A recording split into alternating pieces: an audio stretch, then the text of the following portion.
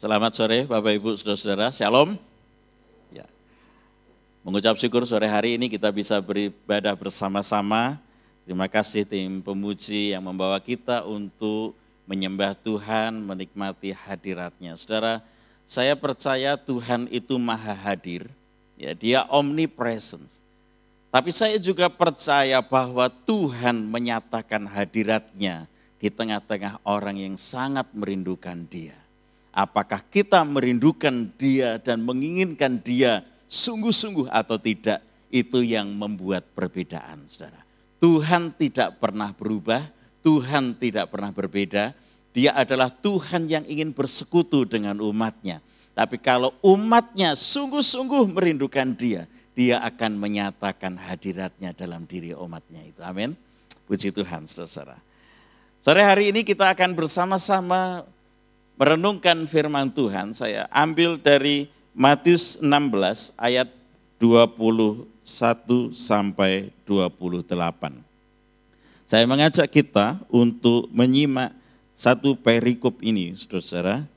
Ya, Matius 16 ayat 21 sampai ayat 28. Saya akan baca untuk kita semua. Sejak waktu itu Yesus mulai menyatakan kepada murid-muridnya bahwa ia harus pergi ke Yerusalem dan menanggung banyak penderitaan dari pihak tua-tua, imam-imam kepala dan ahli-ahli Taurat, lalu dibunuh dan dibangkitkan pada hari ketiga. Tetapi Petrus menarik Yesus ke samping dan menegur dia, katanya, Tuhan, kiranya Allah menjauhkan hal itu sekali-kali takkan menimpa engkau. Maka Yesus berpaling dan berkata kepada Petrus, enyahlah iblis, engkau suatu batu sandungan bagiku, sebab engkau bukan memikirkan apa yang dipikirkan Allah, melainkan apa yang dipikirkan manusia.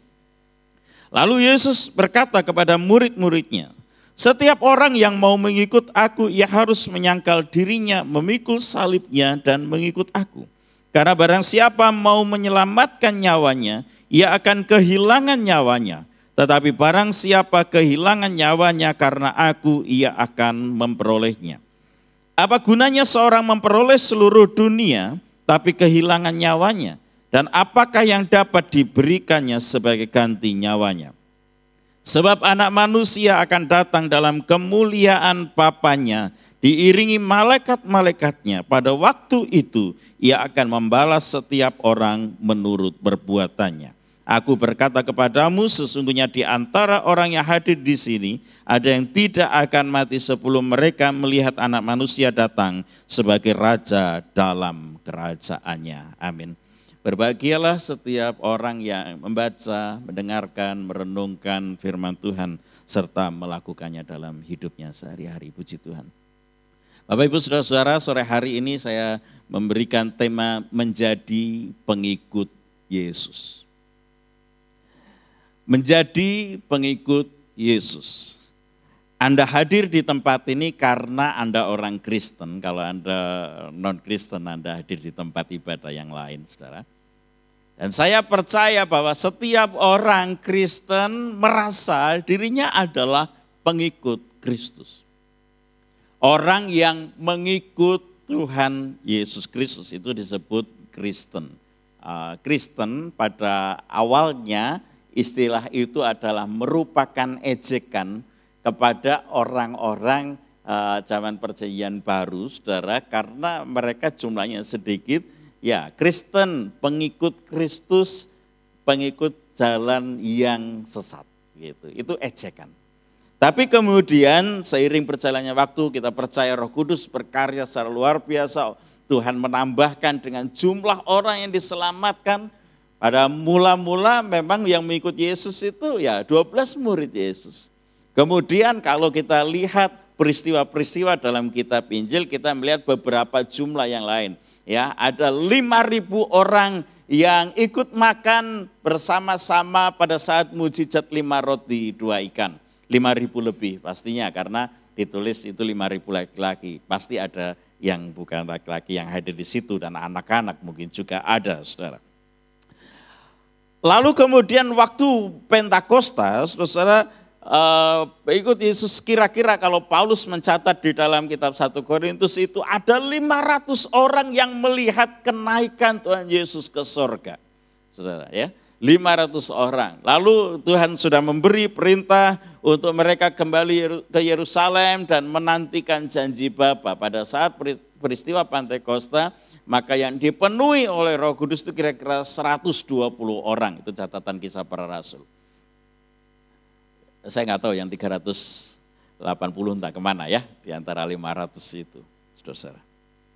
Tapi kemudian karena anugerah, karena mujizat yang besar, karena kuasa yang besar yang dinyatakan oleh Tuhan, maka kemudian jemaat itu berkembang dari 120, kemudian waktu Petrus berkhotbah menjadi 3.000 orang bertobat. Kemudian menjadi 5.000, kemudian sampai orang yang tidak terhitung banyaknya, saudara. Dan saat-saat seperti itu sebenarnya itu adalah masa-masa yang ajaib dan luar biasa. Saya merindukan bahwa Tuhan juga melawat kita, memulihkan kita, membawa kita mengalami masa-masa revival dalam hidup kita, saudara. Dan juga dalam jemaat ini, sampai tempat ini tidak cukup gitu, amin. Kalau nggak cukup, tambah jam ibadahnya. Pelayan Tuhan oke ya, kalau ditambah ya. Ya kan ada banyak orang, jadi nggak ada harus kan yang melayani gitu ya. Saya kemarin lihat sama istri saya di YouTube GSCS, saudara ya. Gereja 1 jam saja, memang enak ya 1 jam saja. Kalau berdoa 1 jam saja agak berat, tapi kalau gereja 1 jam saja enak ya, saudara ya.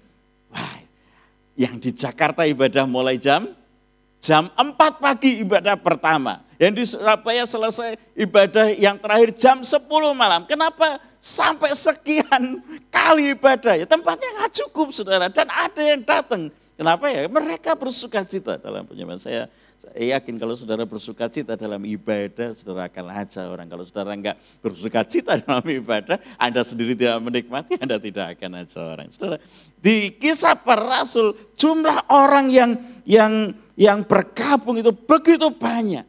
Tapi saudara, di masa-masa itu ketika Yesus belum disalibkan, ketika Alkitab Perjanjian Baru belum ada, ketika orang belum bisa membaca bahwa Yesus yang mati itu nanti bangkit, kemudian akan terjadi revival yang besar itu, saat di mana Tuhan Yesus menyatakan bahwa dia akan menderita sengsara dari pihak orang Yahudi, dari ahli Taurat, dari imam-imam, dari orang Farisi.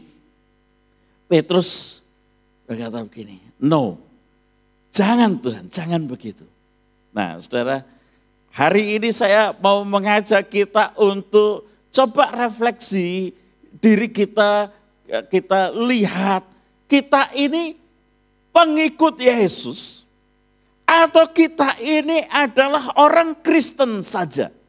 Seharusnya orang Kristen adalah pengikut Yesus. Tapi bisa jadi kita ini orang Kristen cuman belum mau menjadi pengikut Yesus. Haleluya. Pertanyaan yang mau saya sampaikan di awal ini adalah, apa yang Anda harapkan ketika Anda menjadi seorang Kristen? Would you like to answer this? Apa yang Anda harapkan? Mau nggak jawab ya? Boleh random? Di sebelah sini kira-kira berharap apa? Jawaban rohani menurut saya ada harapan hidup kekal. Amin. Haleluya. Puji Tuhan. Saudara. Apa yang kita harapkan ketika kita ini kemudian memutuskan kita menjadi orang Kristen, kita beribadah dengan setia, kita melayani Tuhan, saudara.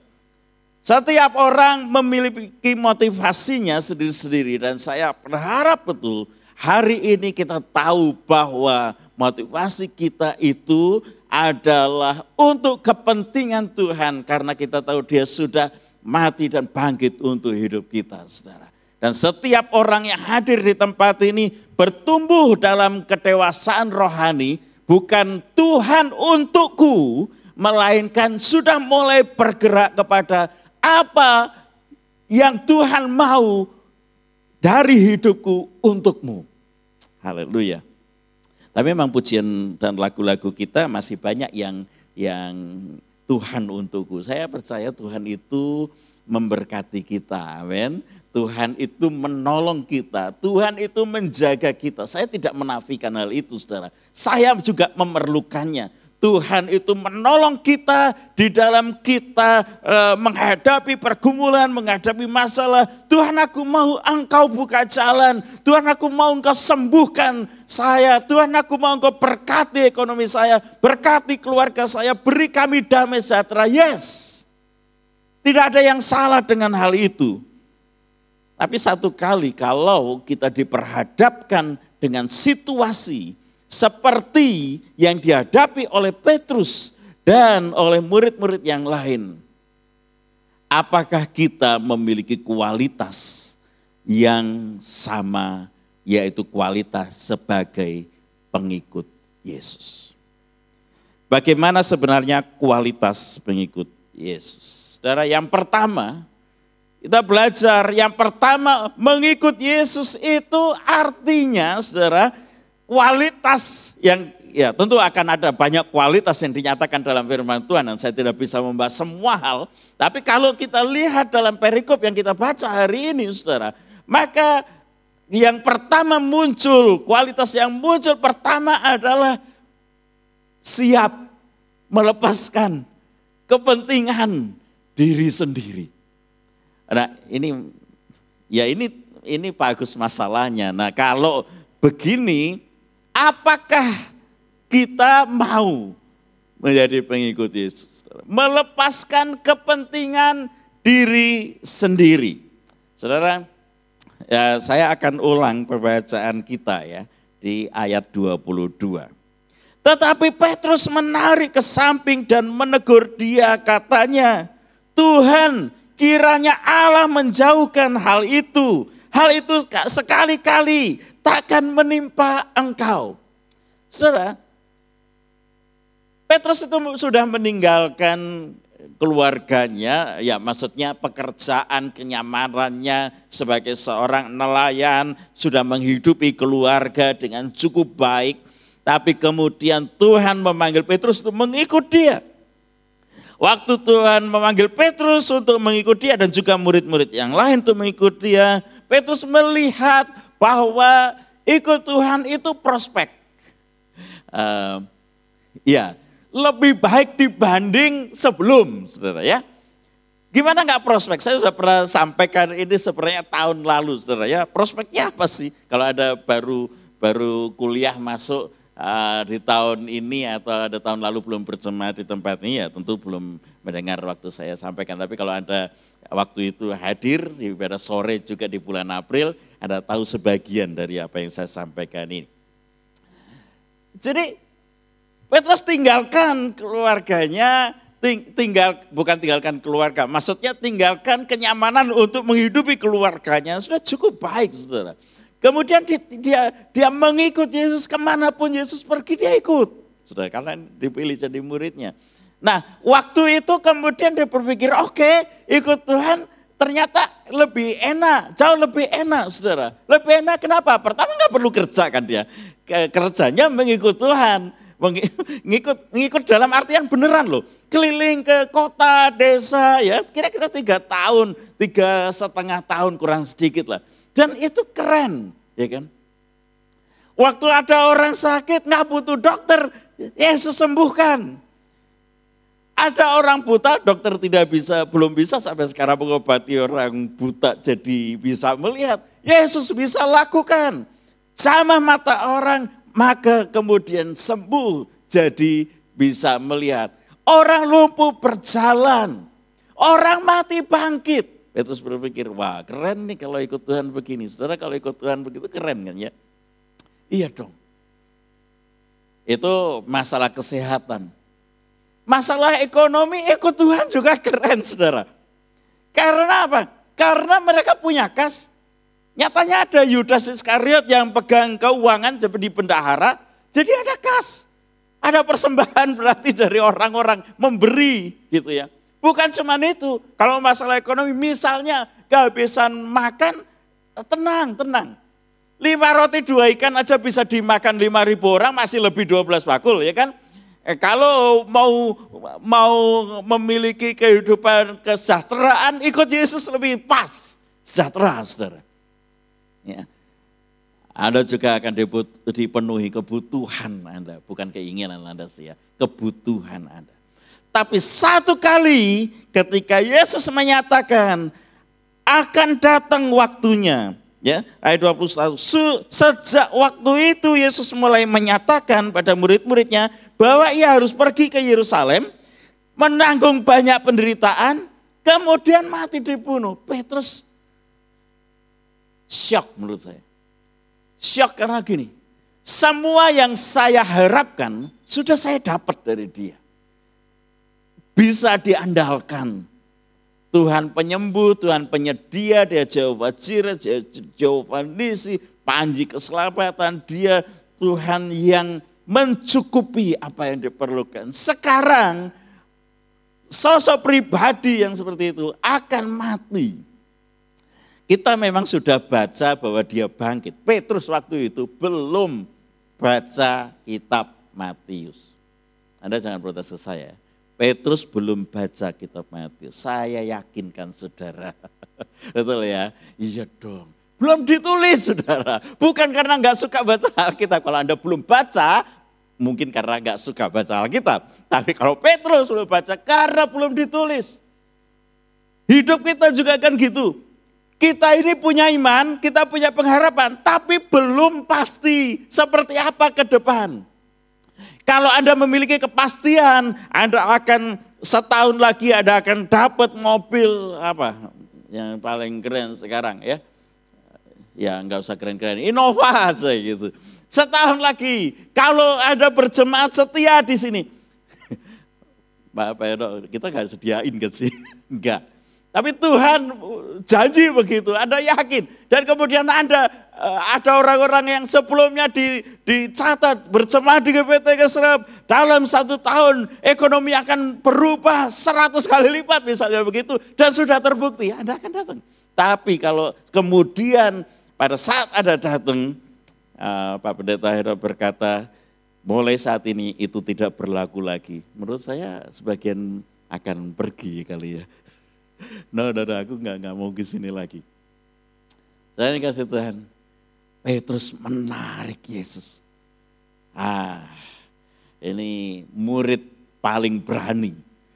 Anda kalau berdoa, apakah ada berani menarik Yesus dan menegur dia, Tuhan kalau kau tidak berkati, stop, gak ke gereja, gak ikut Yesus. Aku ganti aja. Tapi Petrus berani bukan karena berani saudara, berani karena kalut, berani karena syok dengan apa yang akan terjadi. Berani untuk menegur Yesus, berani untuk menarik Yesus dan mengatakan begini, itu tidak akan pernah terjadi. Apakah Petrus memikirkan kepentingan Yesus, Tuhan? Maybe. Yes, kan kita nggak tahu ya apa yang dalam hati Petrus ya. Enggak bisa, enggak, jangan begitu Tuhan. Engkau tidak akan menderita, engkau tidak akan mati, engkau tidak akan dianiaya. Waktu mereka mau menganiaya engkau akan berkata begini, ini tak tambahi ya, enggak ada di dalam Alkitab ya. Jangan bilang gitu, bagus loh, enggak ada tuh, ya benar enggak ada. Tak tambahi ya, tak tambahi itu maksudnya imajiner. Enggak boleh, kenapa? Karena kalau engkau mati, gue gimana, aku gimana? Bukti loh saudara, waktu Yesus itu mati, bangkit, Petrus kemana? Balik ke Galilea, mancing jadi nelayan, beneran saudara. Ya, Petrus tidak mikirkan tentang Yesus yang enggak boleh menderita, tapi Petrus memikirkan dirinya sendiri, takut kalau menderita lagi. Itu yang saya sebut Petrus memikirkan dirinya sendiri. Memang gitu Pak. Ya saya sih cuman mencoba mengartikan dan menerapkan dalam diri saya ini apa yang dikatakan Tuhan. Karena Tuhan ngomong gini, nyai iblis. Anda tidak mau kan ada bicara. Iblisnya sana, jangan kalau Anda dituju begitu, kawat saudara. Apakah Petrus iblis? No. Ya, bukan. Tuhan berkata gini, hanya iblis engkau batu sandungan bagiku. Orang yang mementingkan dirinya sendiri, dia batu sandungan loh buat Tuhan.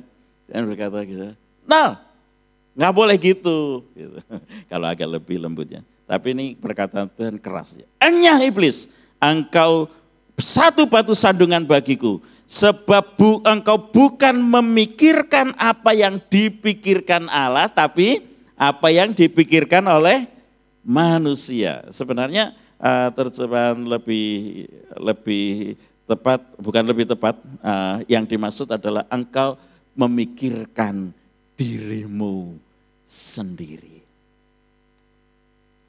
Bapak Ibu Saudara, waktu kita mengikut Tuhan, siapkah kita melepaskan kepentingan diri sendiri? Ini paradigma ya. Kenapa? Karena ini konsep pemikiran begini. Kita tidak mementingkan diri sendiri pada saat kita mengiring Tuhan, mengikut Tuhan. Kita berpikir bagaimana kehendak Tuhan itu dalam hidup kita gitu. Kalau kita mementingkan diri sendiri, pada saat kepentinganmu tidak dipenuhi oleh Tuhan, engkau bisa saja memilih untuk tidak mengikut Tuhan lagi. Saya sungguh berharap kita semakin dewasa dalam Tuhan. Pak, kalau orang dewasa dalam Tuhan, kepentingan kita nggak dipenuhi oleh Tuhan ya? Enggak juga. Kepentingan kita dipenuhi oleh Tuhan. Tuhan itu sekali-kali tidak pernah membiarkan kita. Tuhan itu sekali-kali tidak pernah membiarkan kita. Ia itu Tuhan yang setia. Bahkan ketika kita tidak setia, Dia tetap setia karena Dia tidak dapat menyangkal dirinya. Anda percaya itu? Ya itu sebenarnya firman Tuhan. Anda tinggal search di Alkitab elektronik, Anda ketemu. Yang saya katakan adalah firman Tuhan, dan firman Tuhan ia adalah ya dan amin. Tapi itu bukan hal yang menjadi kepentingan utama kita dalam mengiring Tuhan. Pada saat kita mengiring Tuhan, kita seharusnya tidak memikirkan kepentingan kita sendiri. Kita siap untuk melepaskan kepentingan kita sendiri. Ya kalau yang pertama berat, yang kedua, ketiga jangan diteruskan. Loh kalau ikut Tuhan tambah berat ya. Oke. Lanjut enggak Tuhan kalau gitu. Saudara, pada saat saudara siap melepaskan kepentingan diri saudara sendiri, saya itu percaya loh justru Tuhan itu memikirkan kepentingan saudara. Pernahkah saudara membaca satu bagian firman Tuhan yang mengatakan begini, Tuhan mengutus murid-murid itu pergi ke kota-kota lain dan Tuhan datang ke kota-kota mereka. Apa maksudnya? Tuhan mengutus murid-murid itu pergi ke kota-kota. Tuhan tidak bareng dengan mereka. Tuhan datang ke kota mereka. Yang kalau kita di sini di Tembalang, di Sumur Botol Tembalang ini diutus pergi, maka Tuhan itu datang ke sini. Kalau saudara rela melepaskan kepentingan saudara, Tuhan itu akan berurusan dengan kepentingan saudara. Tapi kalau saudara menginginkan, yang utama adalah kepentingan saudara, Tuhan akan berurusan dengan kepentingan orang lain. Haleluya. Jadi gimana ya Pak?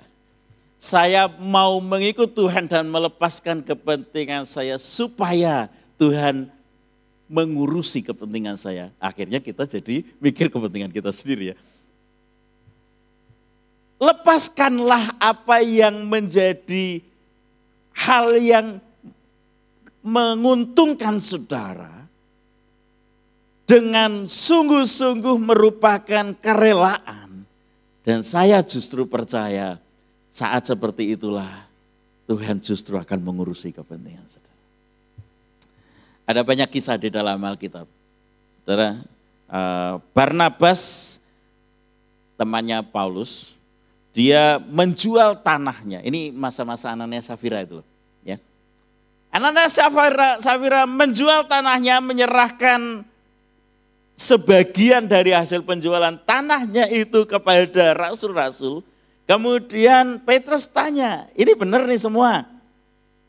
Iya semua. Benar, iya semua. Tiba-tiba Ananias mati. Memang kalau dalam hadirat Tuhan ada resikonya ya, kekudusan Tuhan, hadirat Tuhan lebih kuat, maka penghakiman juga lebih cepat. Kalau gitu enak Pak, nggak usah ada hadirat Tuhan, nggak usah dihakimi gitu. Enggak lah ya, saudara. Oke, apakah Ananias Safira mementingkan diri sendiri? Saya nggak tahu bagaimana ceritanya sampai mereka sepakat untuk mengatakan ya ini semuanya dari penjualan tanah untuk diberikan kepada pelayanan. Sebenarnya mereka boleh loh ngomong gini, enggak, ini sebagian yang kami punya. Masalahkah? Enggak. Yang masalah adalah mereka tidak serahkan semua, tapi mereka berkata semua. Jadi mereka membohongi Roh Kudus. Menurut saya ini penafsiran ya, saudara. Mereka menyerahkan karena orang lain menyerahkan dapat penghormatan. Oke, kita ngomong semua ya supaya orang hargai. Keren. Mantap keren mati. Nah, Barnabas salah satu orang yang juga menjual tanahnya dan menyerahkan semuanya kepada rasul-rasul. Lalu Barnabas melayani Tuhan, melayani melayani bersama dengan Paulus, membawa Paulus untuk akhirnya bisa melayani Tuhan dengan luar biasa. Barnabas menjual ladangnya, Tuhan menyerahkan ladangnya kepada Barnabas. Keren bukan? Barnabas menjual ladangnya, tanahnya, physically begitu. Tuhan menyerahkan ladangnya dalam pelayanan kepada Barnabas. Dan Barnabas menjadi mentor bagi Paulus. Itu dahsyat, saudara. Apa yang kita relakan untuk kita serahkan kepada Tuhan. Tuhan berkata, di dunia ini juga engkau akan mendapatkan 100 kali lipat. Tuhan berkata kepada Petrus. Petrus kan ngomong gini, Tuhan aku sudah meninggalkan segala sesuatu. Apa yang kami dapatkan? Tuhan berkata, engkau mendapatkan berlipat kali ganda. Saudara, orang-orang, bahkan apapun yang kau tinggalkan, Tuhan kembalikan kepadamu. Menjadi lebih dahsyat dan lebih ajaib. Dan di masa yang akan datang, engkau akan mendapatkan hidup yang kekal. Terus problemnya adalah apakah hati kita pure, murni di hadapan Tuhan ketika kita mengikut Dia. Next, yang kedua. Yang kedua, mengikut Yesus siap bayar harga.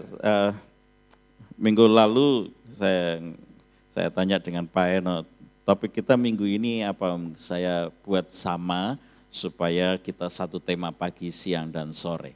Siap bayar harga temanya. Jadi kemudian saya berkata, oke, Pak Henok, kita ambil teks yang sama. Jadi pagi, siang, dan sore teksnya sama, saudara. Mengikut Yesus siap bayar harga. Ayat yang ke-24. Lalu Yesus berkata kepada murid-muridnya, setiap orang yang mau mengikut aku, ia harus menyangkal dirinya, memikul salibnya, dan mengikut aku. Saudara, apakah saudara siap membayar harga pengiringan kepada Tuhan? Di Indonesia, saudara, harga pengiringan kepada Tuhan itu gak berat-berat amat. Puji Tuhan, saudara. Gak berat. Anda masih bisa beribadah kepada Tuhan dengan cukup leluasa. Kalau di GKKD Bandar Lampung 2 minggu lalu atau 3 minggu lalu saya lupa tepatnya, mereka beribadah dan kemudian ada beberapa oknum mengatakan stop ibadah, berhenti. Minggu berikutnya saudara, mereka sudah boleh beribadah lagi. Karena di sini kita dijamin, di Indonesia kita dijamin, kita bisa beribadah kepada Tuhan, mengikut Tuhan. Anda tidak mengalami penganiayaan kan? Enggak kan? Enggak, saudara. Justru memang sih karena enggak berat itu problem sih. Karena tidak berat, harga yang harus dibayar untuk mengikut Tuhan di Indonesia, maka kita menjadi orang yang oke kan enggak ada masalah. Semua fine, jalan aja biasa. Jadi biasa aja akhirnya. Tuhan berkata begini, kalau orang mau mengikut aku, ia harus menyangkal dirinya. Sebenarnya ini relasi dengan yang pertama, karena ini kan sebenarnya lanjutan dari apa yang dikatakan Tuhan tentang Petrus, saudara. Nyangkal diri. Tapi yang kedua memikul salib. Bukan salibnya Tuhan Yesus, tapi memikul salibnya. Setiap orang, saudara, memiliki salibnya sendiri. Salibnya sendiri itu bukan salib Tuhan untuk mati di kayu salib untuk menebus dosa. Salib kita adalah hal-hal yang membuat kita itu harus tanggung karena kita pengikut Kristus. Yang harus kita tanggung apa sih waktu kita mengikut Yesus? Pertama adalah kita harus menanggung kesediaan untuk tidak mendapatkan fasilitas yang lebih baik dibanding agama lain. Oke. Enggak terlalu berat itu Pak, biasa aja sih. Iya. Tapi kalau kita mau hidup kita berkenan di hadapan Tuhan, maka banyak hal yang harus kita tanggung loh. Kita tanggung tuh kita tahan dalam hidup kita. Apakah kita mau menanggung rasanya mengampuni? Bapak Ibu sudah pernah merasakan bagaimana mengampuni? Lebih enak nggak ngampuni? Betul. Kalau kita disakiti oleh orang lain, apakah kita lebih memilih untuk menanggung rasa begini? Sekalipun engkau menyakiti, aku tetap mengasihimu. Nah itu tanggungan besar tuh buat kita. Kita pasti lebih menikmati dongkolnya, menikmati keinginan untuk membalas, menikmati rasa sakit. Saya mau tanya ya, kalau kita sakit hati, yang sakit siapa? Yang nyakiti atau yang disakiti? Saya tahu. Yang sakit adalah yang disakiti. Yang nyakiti sakit tak? Malah mungkin mereka nggak tahu loh kalau mereka sedang nyakiti Anda. Ya kalau sengaja sih tahu, tapi mereka nggak ngerasa gitu. Jadi pada saat kita memilih untuk menyimpan kepahitan, sakit hati dalam hidup kita, itu bukan kita mikul salib, itu sebenarnya kita lagi menyenangkan diri kita sendiri, padahal itu kita sedang menyakiti diri kita sendiri. Kalau Anda mau memikul salib Anda dalam mengiring Tuhan, Anda melepaskan pengampunan, Anda mulai pembicaraan dan calling dia, aku maafkan. Boro-boro Pak, kalau dia telepon, ya kan, kalau dia telepon, puji Tuhan loh kalau orang nyakiti kita mau telepon kita dan minta maaf ya. Kalau dia telepon mau minta maaf, saya akan pertama pura-pura tidak mau. Iyalah, enak aja. Habis nyakiti minta maaf. Pak, Bu, saudara, bahkan kalau orang lain tidak mau minta maaf kepada kita, Tuhan berkata apa? Ampuni, sebab mereka tidak tahu apa yang mereka perbuat. Tahu Pak dia Pak, memang sengaja jagain saya, masa saya ampuni. Kalau Tuhan iya sih, Tuhan kan bilang gini, mereka nggak tahu apa yang mereka perbuat. Waktu mereka nyalip Yesus itu, sebenarnya benar-benar mereka tidak tahu yang mereka perbuat itu sebenarnya apa gitu ya. Mereka meluapkan ego dan kemarahan mereka. Tapi yang ini Pak, dia sudah saya jelaskan Pak, dia itu tahu persis dia sedang menyakiti saya. Jadi dia tidak termasuk orang yang layak untuk diampuni. Titik. Kalau gitu oke deh, Anda nggak apa-apa nggak ikutin khotbah saya lanjutannya ya. Kalau memang begitu terlalu berat apa yang Anda hadapi, Kalau Tuhan tidak bisa menolong Anda lagi untuk membuat hatimu lembut, siapa lagi yang akan Anda harapkan untuk melembutkan hati Anda? Jadi maafkan saya kalau khotbah saya bahkan tidak bisa mengubah. Yang saya sampaikan kepada Anda nggak bisa mengubah. Mungkin itu hopeless beneran, nggak ada yang bisa diharapkan lagi. Tapi hari ini saya mau katakan, kalau Anda mau mengikut Yesus, bayar harganya itu memang mahal. Kalau masalah keuangan, memberi persembahan, itu Alkitab sudah bilang kok, itu kerelaan. Jadi Anda bayar harga untuk sebuah misi pelayanan di tempat ini, itu menurut saya ya enggak berat juga. Tapi kalau masalah perasaan, itu berat memang sih. Berat. Beratnya gini, karena kita sering merasa bahwa kita ini layak untuk menjagai hati kita tetap sakit. Alkitab bilang, jagalah hatimu dengan segala kewaspadaan, karena dari situlah terpancar kehidupan. Tapi kita secara tidak sadar kita sering berkata begini, saya layak untuk tetap merasa sakit hati.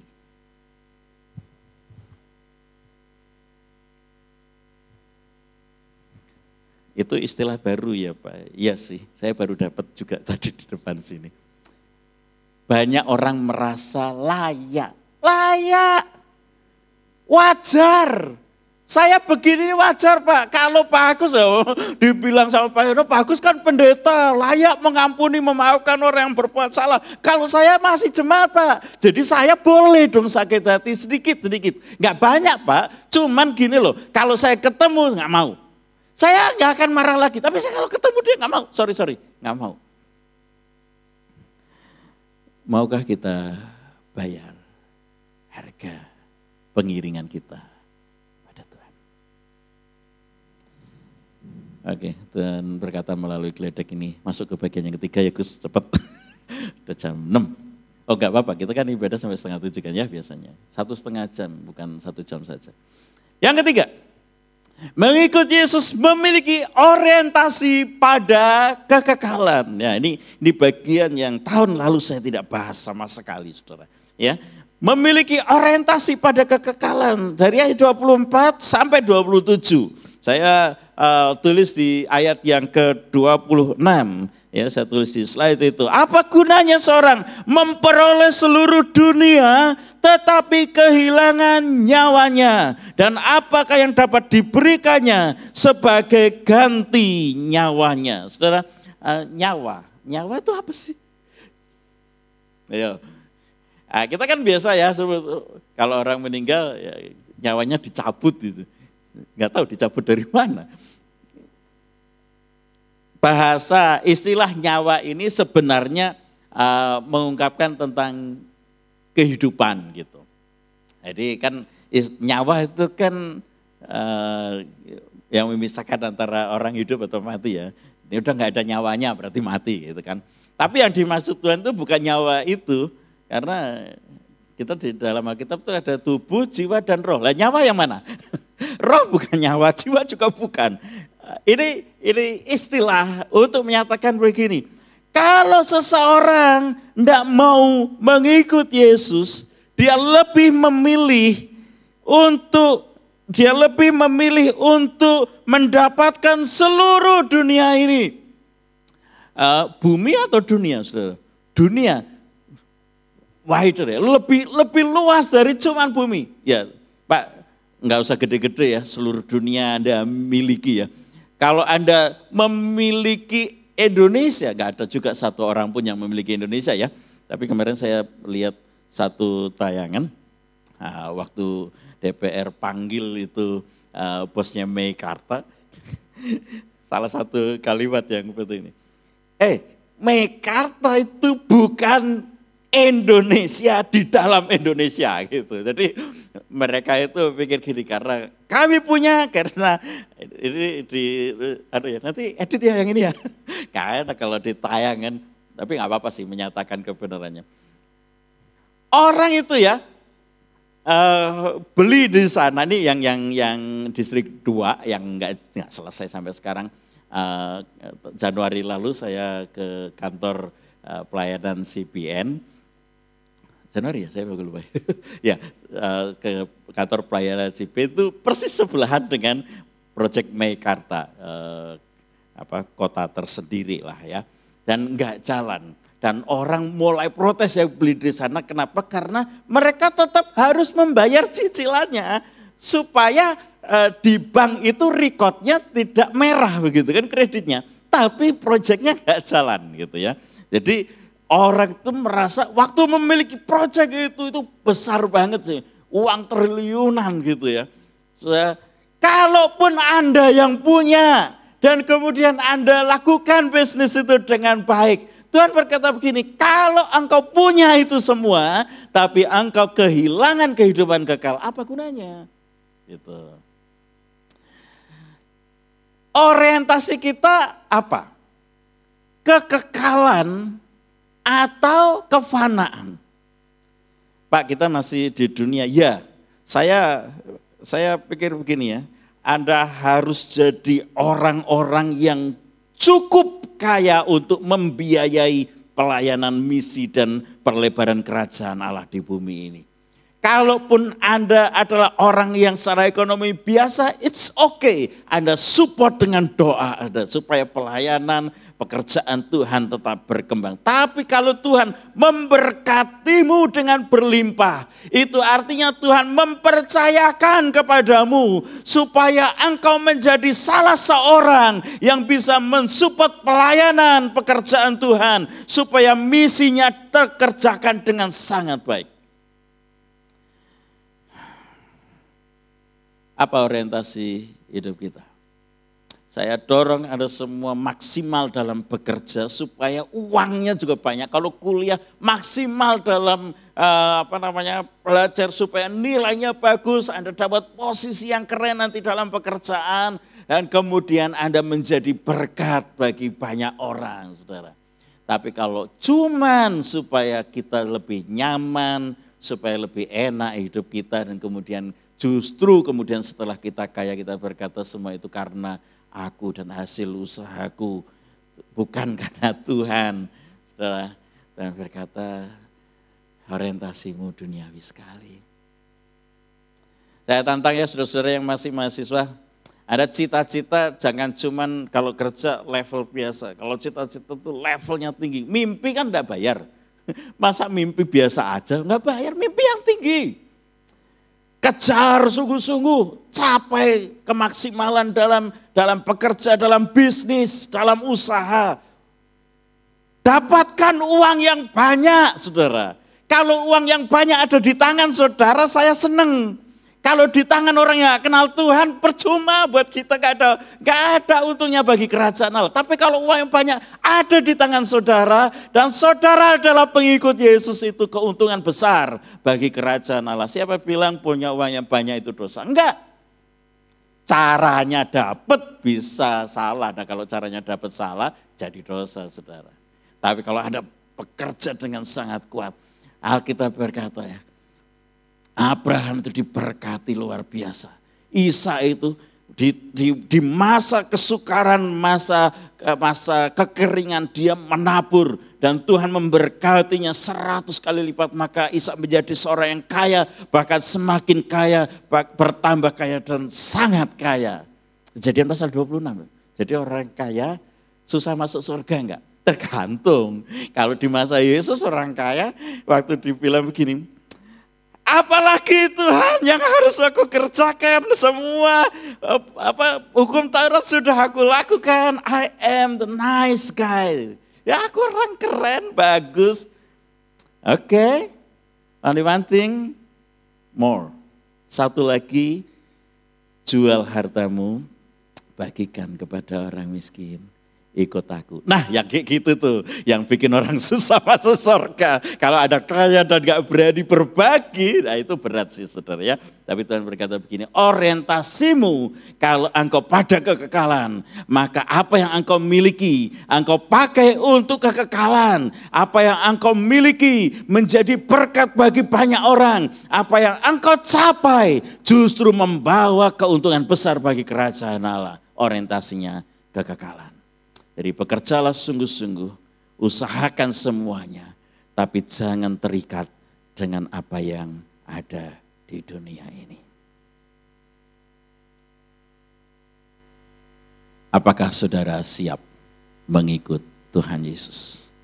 Saudara sudah orang Kristen, kita orang Kristen, apakah kita siap jadi pengikut Yesus?